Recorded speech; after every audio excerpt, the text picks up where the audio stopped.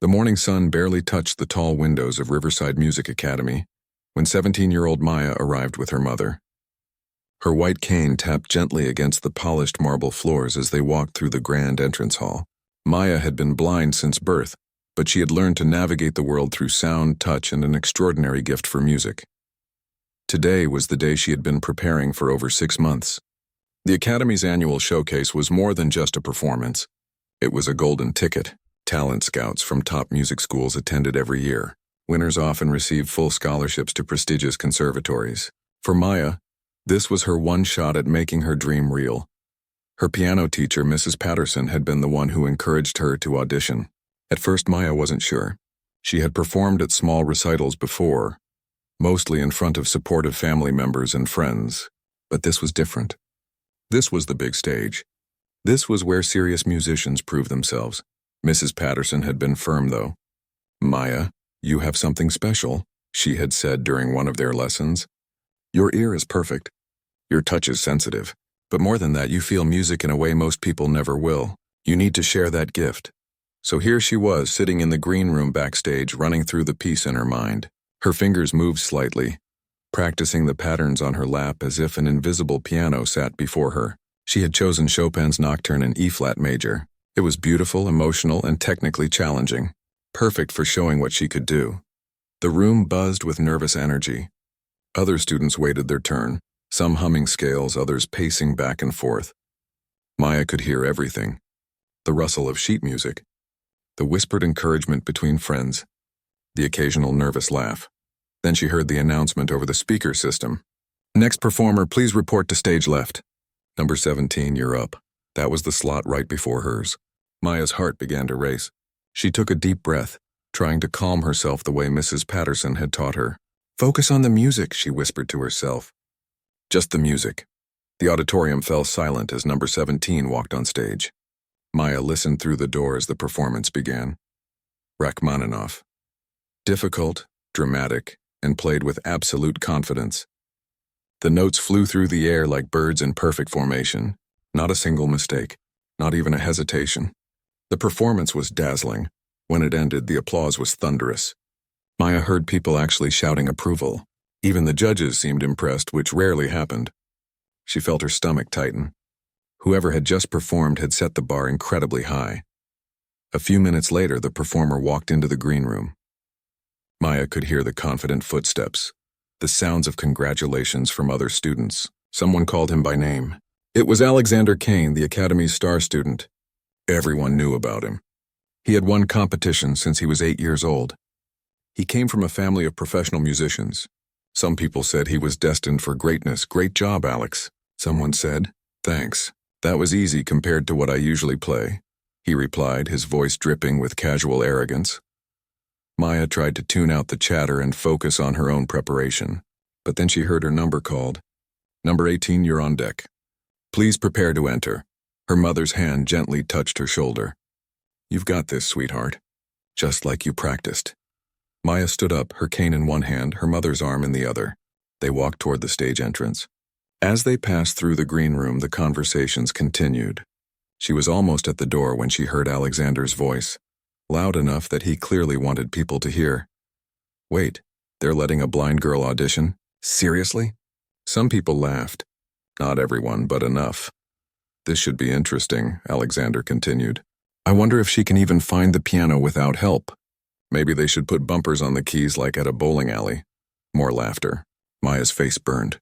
Her steps faltered slightly, but her mother squeezed her arm gently, urging her forward. They reached the stage entrance where a volunteer guide was waiting. "I've got it from here," Maya said quietly to her mother, trying to keep her voice steady.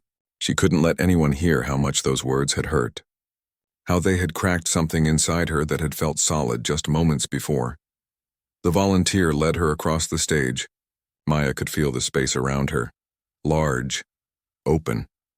She knew from Mrs. Patterson's description that the auditorium seated about 500 people. Right now it felt like 5 million. She could hear whispers shifting in seats, programs rustling. Were they whispering about her? Were they already convinced she would fail? Her guide helped her to the piano bench. "You're all set," the woman whispered kindly. "The piano is right in front of you." Maya's hands found the smooth, cool surface of the keys. Home. This was where she belonged. This was the one place where being blind didn't matter. The piano didn't care if she could see. It only cared about touch, about feeling, about soul. She tried to settle herself to find that quiet place inside where only music existed. But Alexander's words kept echoing in her mind. Find the piano without help. Bowling alley bumpers. The laughter that had followed. She could still hear it playing over and over like a broken record. The head judge spoke from the panel. Whenever you're ready, Miss Maya. She placed her fingers on the keys, finding her starting position. She took a breath. Started. The opening notes of the nocturne floated into the quiet auditorium. Soft, gentle, like moonlight on water. For the first few measures, everything was fine. Her fingers knew where to go. The muscle memory was there, but then something happened. The confidence that had carried her through 6 months of practice suddenly crumbled. Alexander's mocking voice kept intruding into her concentration. Her fingers, which had moved so surely during practice, now felt uncertain. She missed a note. Then another. The timing that should have been smooth and flowing became choppy, hesitant. She tried to recover, to push through, but the damage was done. Her mind was no longer on the music. It was on the audience, on what they must be thinking. On Alexander probably smirking in the green room. On all the people who were watching her fail exactly the way he had predicted she would. Halfway through the first page, her hands stopped completely. They simply froze on the keys, unable to continue. The silence in the auditorium was deafening. Maya felt hot tears building behind her eyes. She couldn't stay here. She couldn't sit at this piano one more second. She stood up quickly, too quickly, nearly knocking the bench backward. A volunteer rushed to help her, but Maya was already moving, her cane tapping frantically as she searched for the stage exit. She could hear polite, pitying applause starting behind her. That made it worse somehow. The pity was worse than the mockery. Her mother met her backstage and wrapped her in a tight hug. Maya couldn't hold back anymore. The tears came freely now, streaming down her face as the weight of the humiliation crashed over her. All those months of practice, all those dreams, all that hope, gone in less than 2 minutes. As they left through the back entrance, Maya made a silent vow. She would never touch a piano again. The one place that had always felt safe, that had always been hers, had been taken from her. And she didn't know if she could ever get it back. 3 weeks had passed since the showcase disaster, and Maya hadn't touched the piano once. The beautiful upright piano in the living room sat silent, gathering dust. Her mother would walk by it every day, running her fingers across the closed lid, hoping today would be the day Maya would return to it. But that day never came. Maya spent most of her time in her bedroom. She'd wake up, eat breakfast quietly, and then retreat back to her room. Her mother tried everything. She'd make Maya's favorite foods, hoping the comfort of a good meal might spark some conversation. She'd suggest they go for walks in the park where Maya used to love listening to the birds and the rustling leaves. Nothing worked. Mrs. Patterson called several times. Maya could hear her mother on the phone in the hallway speaking in hushed tones. "She's just not ready yet," her mother would say.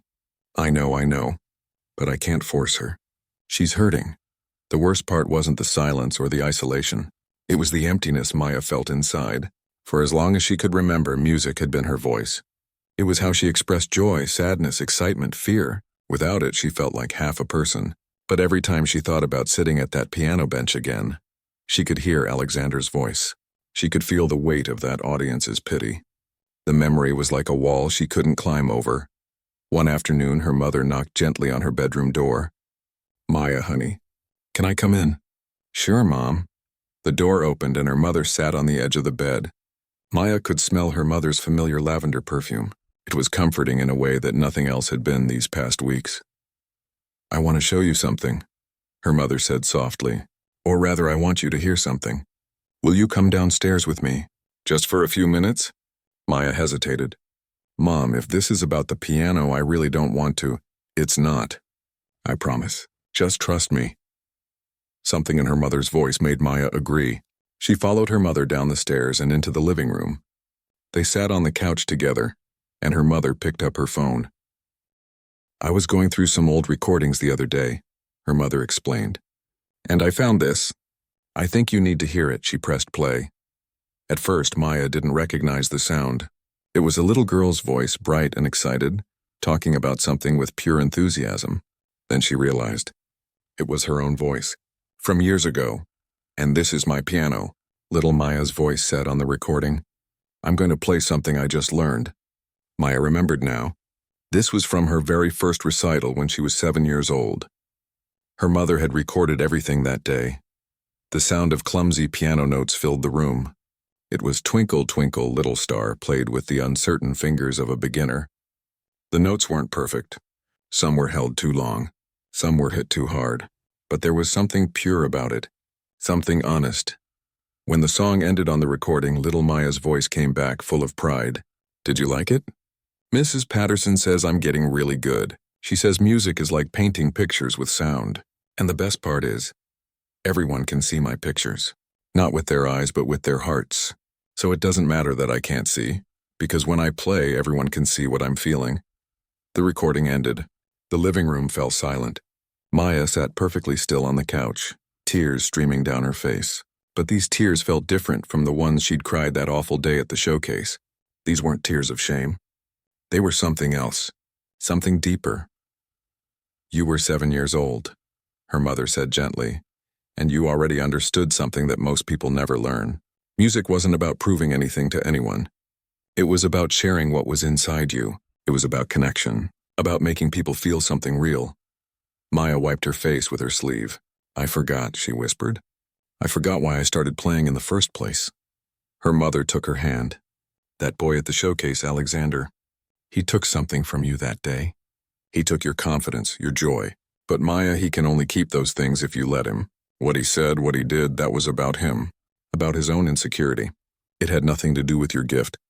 But I failed, Mom, in front of everyone. I proved him right. No, sweetheart. You had one bad performance. That's all. One bad day doesn't define who you are. Every musician has had moments like that. Every single one. The difference is what they do next. Do they let that moment own them forever? Or do they remember why they fell in love with music in the first place?" Maya sat quietly, her mother's words settling over her like a warm blanket. That night she couldn't sleep. She kept thinking about that recording. About 7-year-old Maya, who played with such pure happiness. Who didn't care about judges or competitions or mean comments. Who just wanted to share the pictures in her heart. Around midnight, Maya had a dream. She was standing in an enormous concert hall. She couldn't see it, of course, but she could feel its vastness. The space seemed to stretch on forever. She walked forward until her hands found a piano. She sat down and began to play. The music that came from her fingers was unlike anything she'd ever played before. It wasn't Chopin or Beethoven or any composer she'd studied. It was her own music, her own story. It started dark and heavy, full of pain and loss. But slowly, gradually, it began to change. Light crept into the melody. Hope emerged from the sadness. The music grew stronger, brighter, more powerful, and as she played, she could feel something extraordinary. The audience wasn't just listening. They were connected to her, heart to heart. Every person in that vast hall was feeling exactly what she felt. Her pain became their pain. Her hope became their hope. The music created a bridge that sight had nothing to do with. She woke up with tears on her face again, but this time she was smiling. Something had shifted inside her. That dream had shown her something important. Alexander had tried to make her feel small, to make her disability seem like a weakness. But what if it was actually her strength? What if being blind allowed her to experience music in a purer way than people who got distracted by sheet music and stage lights and audience faces? She thought about how she learned pieces. She couldn't read traditional sheet music, so Mrs. Patterson would play sections for her, and Maya would memorize them by ear. She didn't just learn the notes. She learned the soul of the piece, the emotion behind every phrase, the story the composer was trying to tell. She thought about how she performed. She didn't worry about her posture or her facial expressions or whether she was sitting at the right angle for the cameras. She just felt the music and let her body respond naturally. There was a freedom in that, a purity. The next morning, Maya came downstairs earlier than she had in weeks. Her mother was in the kitchen making coffee. She looked surprised and hopeful when she saw Maya. "Mom," Maya said, "I need to call Mrs. Patterson. I want to start lessons again." Her mother's face lit up with a smile. Really? Oh, Maya, that's wonderful. What changed your mind? Maya walked over to the piano in the living room. She lifted the lid and let her fingers rest on the keys. They felt like old friends she'd been missing terribly. I realized something. That boy, Alexander, he was right about one thing. I am different. I am blind. But he was wrong about what that means. It doesn't make me weaker. It makes me see music in a way he never will. She pressed a single key. Middle C. The note rang out clear and true in the quiet house. I'm not going back to music to prove anything to him. I'm going back because it's part of who I am. And I was dying inside without it. Her mother came and stood beside her, resting a hand on her shoulder. So what's next? Maya smiled. It was a small smile at first, but it grew as the idea took shape in her mind. I want to enter the International Young Musicians Competition. It's in 4 months. I know it's ambitious. I know it's going to be incredibly hard. But I need to do this. Not for revenge? Not to show up, Alexander, but to prove to myself that I can stand on that stage again, that I can share my music without fear, that I can turn all this pain into something beautiful. The international competition, her mother said, her voice both excited and worried. Maya, that's one of the biggest competitions in the world. Are you sure? Maya turned toward her mother's voice, her clouded eyes somehow seeming bright with determination. I've never been more sure of anything in my life. I want to show the world what music really is. Not perfect notes on a page, but real emotion, real connection, real art. She placed both hands on the piano keys and began to play. It was just a simple scale at first, working the rust out of her fingers. But even that simple exercise sounded different now. It sounded like a promise, like the beginning of something extraordinary. Her mother listened, tears of joy rolling down her cheeks. Her daughter was back. And this time Maya wasn't running away from her fears. She was running straight toward them, ready to transform them into music that would make the whole world stop and listen. The morning after Maya made her decision, Mrs. Patterson arrived at the house with a mix of excitement and concern written all over her face. Maya could hear it in her voice when she spoke. The International Young Musicians Competition, Mrs. Patterson said slowly, sitting down at the kitchen table. Maya, I love your determination. I really do. But you need to understand what you're signing up for. This isn't a local showcase. This is the big leagues. I know, Maya replied firmly. Do you, though? Mrs. Patterson continued. Last year, over 200 pianists from 30 different countries competed. These are students who've been training at elite conservatories their entire lives. Students who practice 8, sometimes 10 hours a day. The winners go on to perform at Carnegie Hall, at major concert halls across Europe. This competition has launched the careers of some of the greatest pianists alive today. Maya felt a flutter of nerves in her stomach, but she pushed them down. That's exactly why I need to do this. If I'm going to come back to music, I can't do it halfway. I need to prove to myself that I belong on that stage, that what happened at the showcase was just one bad day, not the end of my story. Mrs. Patterson was quiet for a moment. Then Maya heard her teacher's chair scrape against the floor as she stood up. All right, then. But if we're doing this, we're doing it right. You have 4 months. That's not a lot of time. Your practice schedule is going to be intense. Are you ready for that? I'm ready. Then let's get to work. The next 4 months became the most challenging period of Maya's life. Mrs. Patterson created a rigorous training schedule. 6 hours of practice every day, broken into focused sessions. 2 hours in the morning working on technique. 2 hours in the afternoon on her competition pieces. 2 hours in the evening on performance and interpretation. But it wasn't just about the hours. It was about the quality of those hours. Mrs. Patterson pushed Maya harder than she ever had before. Every note had to be perfect. Every phrase had to tell a story. Every dynamic marking had to be precise. Again, Mrs. Patterson would say, that transition wasn't smooth enough. Feel the connection between those two sections. They're not separate ideas. They're one continuous thought. Maya would play it again, and again, and again, until her fingers ached and her back hurt from sitting at the bench. Some days she wanted to quit. Some days the frustration felt overwhelming. But every time she thought about giving up, she remembered that dream. She remembered the feeling of connection, of sharing something real and true with an audience. For the competition, Maya chose a bold program. First, she would perform the third movement of Beethoven's Moonlight Sonata. It was one of the most technically demanding pieces in the piano repertoire. fast, furious, and unforgiving of mistakes. It required both incredible finger speed and deep emotional understanding. Mrs. Patterson had been surprised by the choice. Maya, are you sure? This piece is brutal. Even professional pianists find it challenging. That's why I'm choosing it, Maya had replied. I want to show that I'm not afraid of difficulty, that I can handle the technical demands just as well as any sighted pianist. But Maya had another idea, one that was even more risky. She wanted to perform an original composition, her own music. Mrs. Patterson had been even more hesitant about this. Original pieces at competitions are tricky, she explained. The judges don't know what to expect. They can't compare your interpretation to famous recordings. It could work brilliantly or it could backfire. I need to do this, Maya insisted.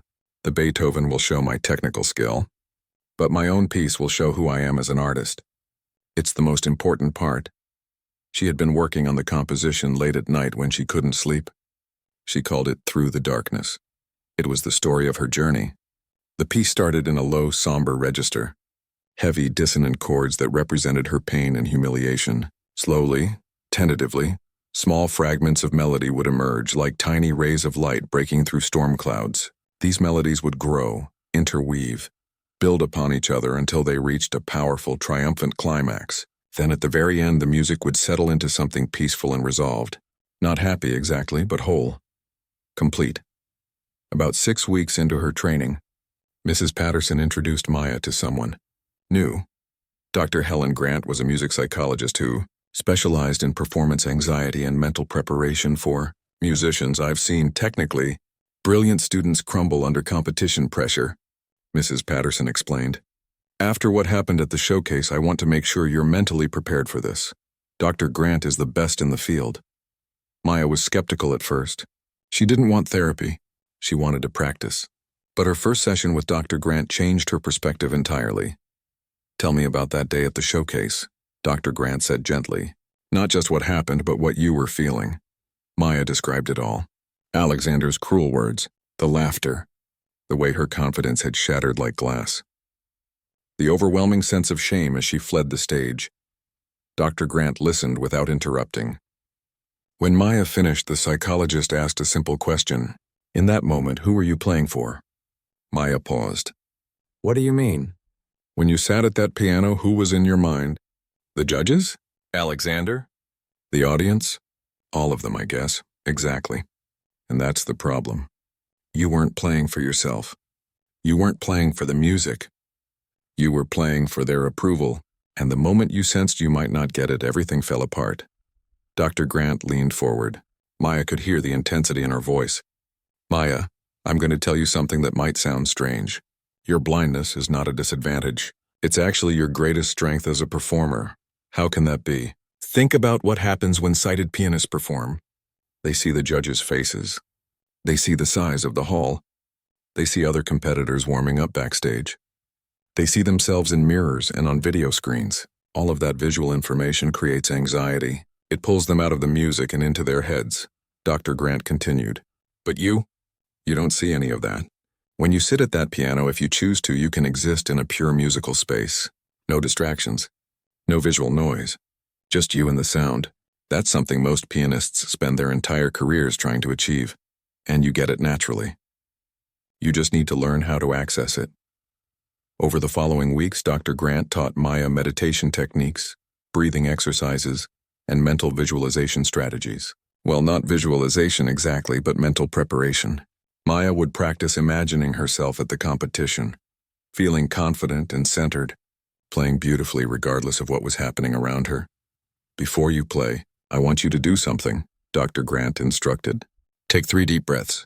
With each breath, I want you to release one thing. First breath, release the judges. You're not playing for them. Second breath, release the audience. You're not playing for them either. Third breath, release yourself. Release your ego, your fears, your need to prove anything. What's left after all that is released? The music, Maya said softly. Exactly. Just the music. Pure and true. That's what you're there to share. As the weeks passed, Maya could feel herself changing. Not just as a pianist, but as a person. Her fingers grew stronger, more agile. The Beethoven that had seemed impossibly fast at first began to feel manageable. Then comfortable. Then exciting. Her original composition evolved and deepened as she poured everything she had learned and felt into it. But more than the technical progress, something shifted in her spirit. She was no longer the girl who had run off that stage in shame. She was becoming someone new, someone who had faced her deepest fear and chosen to walk back toward it with open eyes. Well, open heart anyway. 2 weeks before the competition, Mrs. Patterson had Maya perform her full program for a small audience. Just a few friends and family members. Maya's mother sat in the front row, along with her aunt, her best friend from school, and a few of Mrs. Patterson's other students. Maya was nervous, but this time the nerves felt different. They felt like energy, like excitement rather than paralyzing fear. She sat at the piano, took her 3 deep breaths, released the judges, the audience, herself. Then she began to play. The Beethoven erupted from her fingers like a storm. Every note landed exactly where it should. Every phrase surged with emotion. When she finished and moved into her original piece, she felt something magical happen. She wasn't just playing notes anymore. She was telling her story. She was sharing her soul. When the final note faded, there was a moment of silence. Then the small audience erupted in applause. Her mother was crying. Mrs. Patterson was beaming with pride. Even the other students who had seen Maya practice for months looked stunned. That was incredible, her best friend whispered afterward, hugging her tight. Maya, you're going to blow everyone away at that competition. That night, lying in bed, Maya felt something she hadn't felt in a long time. Not just confidence, but peace. She had worked harder than she ever thought possible. She had transformed her pain into something beautiful. Whatever happened at the competition, she had already won the most important battle. The battle with herself. Only 2 weeks remained. 2 weeks until she would step onto the biggest stage of her life. 2 weeks until she would face the world and show them exactly what music could be when it came from a place of absolute truth. She was ready. The flight to Chicago felt like it lasted forever. Maya sat by the window seat, though of course she couldn't see the clouds they were passing through. Her mother sat beside her, occasionally squeezing her hand. Mrs. Patterson was across the aisle reviewing notes about the competition schedule. We land in 2 hours, her mother said softly. How are you feeling? Maya took a moment to check in with herself. Nervous, yes. Excited? Definitely. Terrified? Maybe a little. But underneath all of that was something solid, something unshakable. I feel ready, she said. The International Young Musicians Competition was being held at Symphony Center, one of the most prestigious concert halls in the country. When they arrived at the venue the next morning for registration, Maya could feel the energy in the air. Hundreds of young musicians from all over the world had gathered, each one talented, each one hungry for success. The registration area buzzed with activity. Maya heard conversations in different languages: Mandarin, Russian, Spanish, German, Korean. These weren't just the best young pianists from America. These were the best from everywhere. As they waited in line to check in, Maya overheard snippets of conversation around her. Students talking about their conservatory training. Parents discussing their children's practice schedules. Teachers comparing notes about their students' repertoire choices. The level of preparation here was intense. Maya Rodriguez, the registration volunteer, called out. Maya stepped forward with her mother. Welcome. You'll be competing in the preliminary round tomorrow at 2 p.m. Here's your competitor number and schedule. The practice rooms are on the 3rd floor if you need to warm up. Good luck. After registration, Mrs. Patterson took them on a tour of the building. I want you to get comfortable with the space, she explained. Let's walk the route from the green room to the stage a few times so you know exactly what to expect. They spent an hour doing just that. Walking the hallways, finding the practice rooms, locating the green room where competitors waited before their performances, and most importantly, walking onto the stage itself. The stage was empty when they arrived. Maya stepped onto it carefully, her cane tapping against the polished wood. She could feel the vastness of the auditorium around her. Mrs. Patterson had told her it seated 2,000 people. Right now it was silent and empty, but tomorrow it would be full. The piano is center stage, Mrs. Patterson guided her. It's a Steinway concert grand. Beautiful instrument. Why don't you try it out? Maya sat at the bench and lifted the lid. She played a few scales, getting a feel for the keys. The piano was magnificent. Responsive, rich in tone, perfectly tuned. This was an instrument worthy of great music. That evening, back at the hotel, Maya tried to relax but couldn't quite settle. She went through her mental preparation exercises that Dr. Grant had taught her: deep breathing, visualization, letting go of expectations. But her mind kept racing forward to tomorrow. Her mother ordered room service for dinner. They ate quietly, both of them lost in their own thoughts. Finally, her mother spoke. "Maya, no matter what happens tomorrow, I want you to know how proud I am of you. The fact that you're here, that you didn't let that awful day at the showcase define you, that takes real courage." "Thanks, Mom," Maya said, her voice thick with emotion. "I couldn't have done any of this without you." That night, Maya barely slept. Every time she closed her eyes, she ran through her pieces mentally. The Beethoven, her original composition, over and over until the notes blurred together in her mind. The next morning arrived too quickly. The preliminary round started at 9 a.m. Maya's slot wasn't until 2 p.m., which somehow made it worse. She had to wait while listening to other competitors perform. And they were good. Really good. In the warm-up room, Maya could hear snatches of practice from the other competitors. Incredibly fast passages played with perfect clarity. Complex chords that rang out with professional precision. These students were the real deal. Around noon, Maya, her mother, and Mrs. Patterson headed to the venue. They found a quiet corner backstage where Maya could do some last-minute preparation. She played through some scales on a practice keyboard, loosening up her fingers. At 1:30, they made their way to the green room. It was crowded with nervous competitors and their teams. Maya found a seat and tried to tune out the chaos around her. She went through Dr. Grant's breathing exercises. Release the judges. Release the audience. Release yourself. Then she heard a voice that made her blood run cold. Well, if it isn't the girl from Riverside Academy. Alexander Kane, of course he was here. She should have known he would be. After all, this was exactly the kind of competition someone like him would enter. "Maya, right?" he continued, his voice dripping with false friendliness. "I have to say I'm surprised to see you here. After that showcase performance, I figured you'd given up on piano." That was rough to watch. Maya felt her mother tense beside her. Mrs. Patterson started to say something, but Maya spoke first. "Hello, Alexander. You know, this competition is really tough," he went on. "I've been competing internationally since I was 10. Won the Prague Youth Competition last year. I'm just saying, if you're not used to this level of pressure, it can be overwhelming. No shame in withdrawing if you're not feeling confident." Maya turned her head toward where his voice was coming from. She couldn't see him, but she imagined his smug expression. The same look he probably had when he'd mocked her at the showcase. But something was different now. She was different. "Thank you for your concern, Alexander," Maya said calmly. "But I'm exactly where I'm supposed to be." She could hear the surprise in his voice when he responded.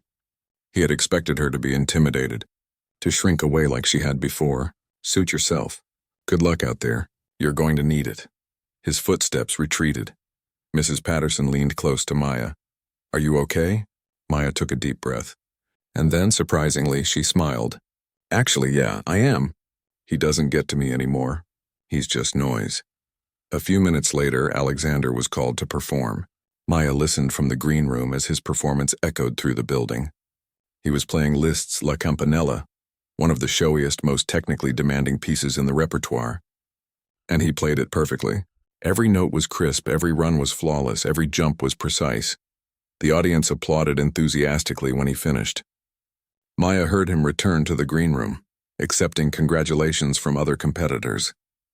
"That's how it's done," she heard him say to someone. Maya felt a flutter of nerves. His performance had been technically perfect.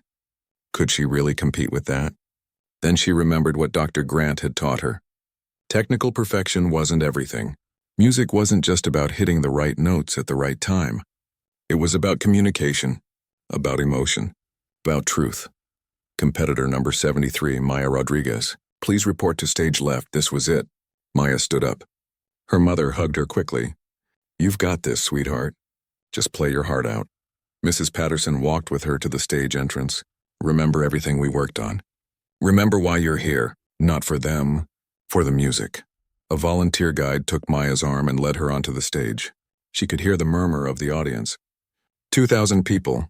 She could feel their attention focusing on her as she walked carefully to the piano. The guide helped her to the bench. "You're all set," she whispered. Maya sat down. She placed her hands on the keys, feeling their cool, smooth surface. This was home. This was where she belonged. She thought about 7-year-old Maya playing Twinkle, Twinkle, Little Star with pure joy. She thought about all those hours of practice, all those moments of doubt, all that pain transformed into determination. She took her 3 breaths. Release the judges. Release the audience. Release yourself. The auditorium fell completely silent. Maya began to play.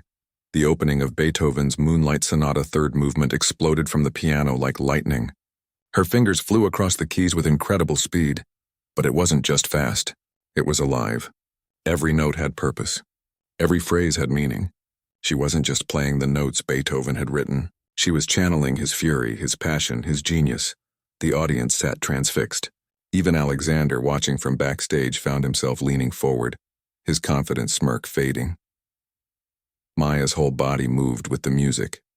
She swayed. She leaned into the dramatic moments. She pulled back during the tender passages. She wasn't performing for anyone. She was simply allowing the music to flow through her, from her heart through her fingers and into the world. As she played, she forgot about the competition. She forgot about Alexander. She forgot about the judges. There was only the music, pure and true and utterly her own. When she finished the Beethoven, the audience erupted in applause. But Maya barely heard it. She was already preparing for her original piece. This was the moment that mattered most. This was where she would share her real story. She placed her hands on the keys again. The auditorium fell silent once more, sensing something important was about to happen. And then Maya began to play Through the Darkness. The piece started low and heavy, those dark chords representing her pain. But even in the darkness, there were hints of light, small melodies that flickered like candle flames. And slowly, so slowly, those flames grew brighter. The music began to lift, to soar, to transform. Maya played with everything she had, every ounce of pain she'd felt, every moment of doubt, every tear she'd cried, but also every moment of hope, every sunrise after a dark night, every step forward after wanting to give up. The music built and built, reaching toward something beautiful and true. And when it finally arrived at its triumphant climax, it felt like the whole auditorium was holding its breath with her. The final notes faded into silence. For a long moment, nobody moved. Nobody breathed. And then the entire audience exploded. The applause was unlike anything Maya had ever experienced. It wasn't just clapping. It was thunder. It was a wave of sound that seemed to shake the entire building. People were on their feet, shouting, cheering. Some were crying. She could hear it all from where she sat at the piano, her hands still resting on the keys, her heart pounding in her chest. For a moment, she couldn't move. She couldn't quite believe what was happening. This wasn't pity applause like at the showcase. This wasn't polite appreciation. This was something raw and real. The audience had felt what she felt. They had traveled through the darkness with her and emerged into the light. The volunteer guide gently touched her shoulder. "That was incredible," the woman whispered, her voice choked with emotion. "Come on, let's get you off stage so you can take your bow." Maya stood on shaky legs. As she walked to center stage, the applause somehow grew even louder. She took a bow, her face flushed, her eyes wet with tears. She had done it. She had shared her story, her truth, and it had reached people in a way she never imagined possible. Backstage, her mother practically tackled her with a hug. "Oh my God, Maya. That was beautiful. That was absolutely beautiful." Mrs. Patterson was there too, tears streaming down her face. "In all my years of teaching, I have never heard anything like that. You didn't just play music, Maya. You created magic." Other competitors came up to congratulate her, students she'd never met before, from countries she'd never visited, all telling her how moved they were by her performance. Even some of the competition. Staff stopped by to tell her it was one of the most memorable performances they'd witnessed in years. But one person didn't come to congratulate, Alexander. Maya heard through the grapevine that he had left the backstage area immediately after her performance, his face pale, his usual confidence shattered. The preliminary round continued for the rest of the day and into the next. Over 200 competitors performed, each one hoping to advance to the semifinals. Maya tried not to think about it too much. She had played her best. Whatever happened next was out of her hands. That evening, the results were posted. Only 50 competitors would advance to the semifinals. Maya stood with her mother and Mrs. Patterson as the list was read aloud. When her name was called, relief washed over her. She had made it through. But more than that, she noticed something interesting. Alexander's name was called too.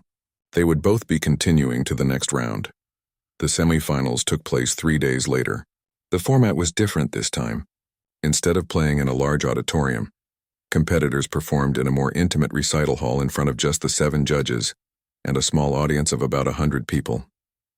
The pieces could be the same as the preliminary round or completely different. It was up to each competitor. Maya decided to stick with her program, the Beethoven and her original piece. They were part of her now. They told her story and she wanted to keep telling it. Alexander performed earlier in the day. Maya wasn't there to hear it, but Mrs. Patterson was. She reported back that his performance had been technically excellent as always, but there was something missing. He played all the right notes, Mrs. Patterson said, but it felt cold, empty, like he was going through the motions. When Maya's turn came, she felt calmer than she had in the preliminaries. The smaller room felt less intimidating. She could sense the judges just a few feet away, could hear their quiet breathing as they waited for her to begin. She played the same way she had before. With complete honesty, with total commitment. And once again, when she finished, there was that moment of stunned silence before the applause began. One of the judges, a renowned concert pianist named Victoria Chen, actually stood up and walked over to Maya as she was leaving the stage. "Miss Rodriguez," she said, her voice warm, "I have been judging piano competitions for 20 years. What you just did, that original composition, that was extraordinary. You have a gift not just for playing, but for creating, for communicating something real and true. Don't ever lose that." Maya felt like she was floating as she left the recital hall. 2 rounds down, 1 to go. The results for the semifinals were announced the next morning. Only 6 competitors would advance to the finals. Maya's name was on the list. So was Alexander's. They were in the top 6. The final round would take place that evening in the main auditorium, the same venue where Maya had performed her preliminary round. The day of the finals felt surreal. This was it, the last round. After tonight, there would be a winner, and that winner's life would change forever. They would receive a recording contract, a tour of prestigious concert halls across Europe, and a place in musical history. Maya spent the morning trying to relax, but her mind kept racing. She thought about how far she had come. From that humiliating day at the showcase to this moment, standing on the edge of something incredible. Win or lose, she had already proven everything she needed to prove. To herself. To the world. That evening, as competitors gathered backstage, there was a different energy in the air. This was the finals. Everyone was nervous, even the most confident performers. The order of performance had been randomly selected. Alexander would perform third. Maya would perform last. Sitting in the green room, Maya listened as each finalist took their turn. Each performance was remarkable in its own way. A girl from South Korea played Rachmaninoff with breathtaking passion. A boy from Russia performed Prokofiev with incredible technical precision. Then it was Alexander's turn. He chose to play Liszt again, the same piece from the preliminaries. It was a safe choice, sticking with what he knew he could execute perfectly, and execute it perfectly he did. Every note was exact. Every phrase was controlled. It was a performance that showcased years of rigorous training and natural talent.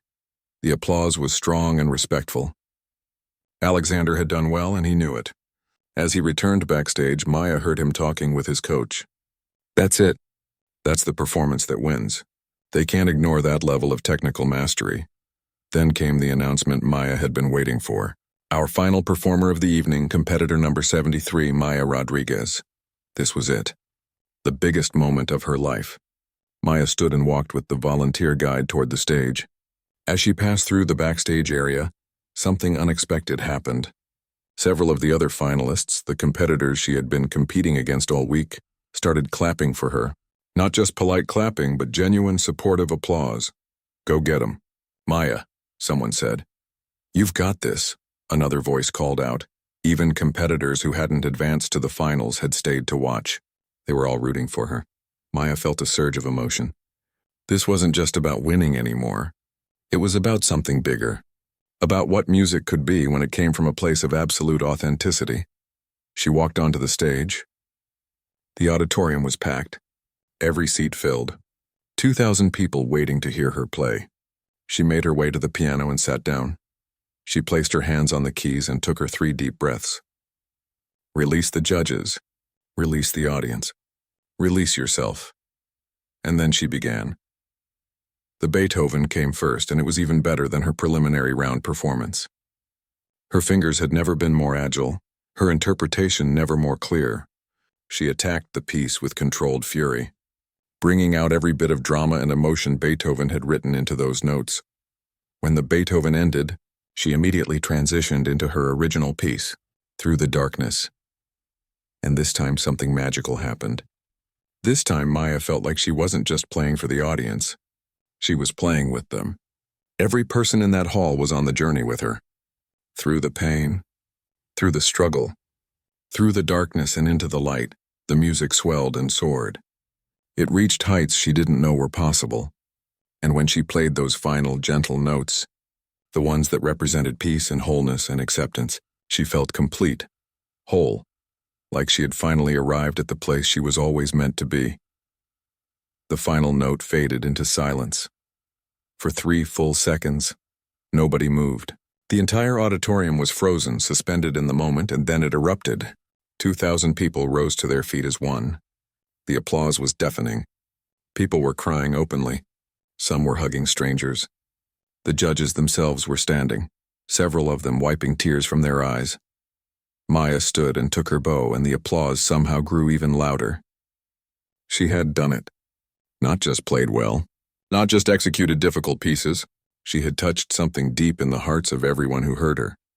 20 minutes later, after all the competitors had performed, the judges gathered to deliberate. It didn't take long. Maya sat backstage with her mother and Mrs. Patterson, holding both their hands when the announcement came. Ladies and gentlemen, we have reached a decision. By unanimous vote, the winner of this year's International Young Musicians Competition is competitor number 73, Maya Rodriguez. The backstage area erupted in cheers. Maya's mother grabbed her and held her tight, both of them crying tears of joy. Mrs. Patterson was laughing and crying at the same time. Other competitors came over to offer their congratulations. Maya was guided back onto the stage to receive her award. The head judge, Victoria Chen, handed her the trophy and then asked for the microphone. In 30 years of judging piano competitions, Victoria said to the audience, I have never witnessed anything like what we saw tonight. Miss Rodriguez didn't just demonstrate technical mastery, though her playing was indeed masterful. She reminded us of something we sometimes forget in the competitive world of classical music. She reminded us that music's true power lies not in perfection, but in honesty, not in flawless execution, but in emotional truth. Victoria turned to Maya. You have shown us that what some might see as a limitation can actually be a profound gift. Your blindness allows you to experience music in its purest form. You are not just a talented pianist, Miss Rodriguez. You are an artist, and we are honored to have witnessed the beginning of what I know will be a legendary career. The audience applauded again, a standing ovation that seemed to go on forever. Somewhere in the back of the auditorium, Alexander Kane quietly slipped out. His dreams of victory had crumbled, but more than that, he had learned a hard lesson. Talent alone isn't enough. Technical skill alone isn't enough. What matters is heart. What matters is truth. In the months that followed, Maya's life changed in ways she never imagined. She recorded her first album, which included both classical pieces and several of her original compositions. She performed at concert halls across Europe, just as the competition had promised. But more importantly, she became an inspiration. Young musicians with disabilities reached out to her, telling her that she had given them hope, that she had shown them what was possible. Maya never forgot that day at the showcase when Alexander had tried to make her feel small. But she also never forgot how she had transformed that pain into something beautiful. That humiliation had broken her, yes, but in breaking, she had discovered who she really was. And in rebuilding herself, she had become something far greater than she ever dreamed possible.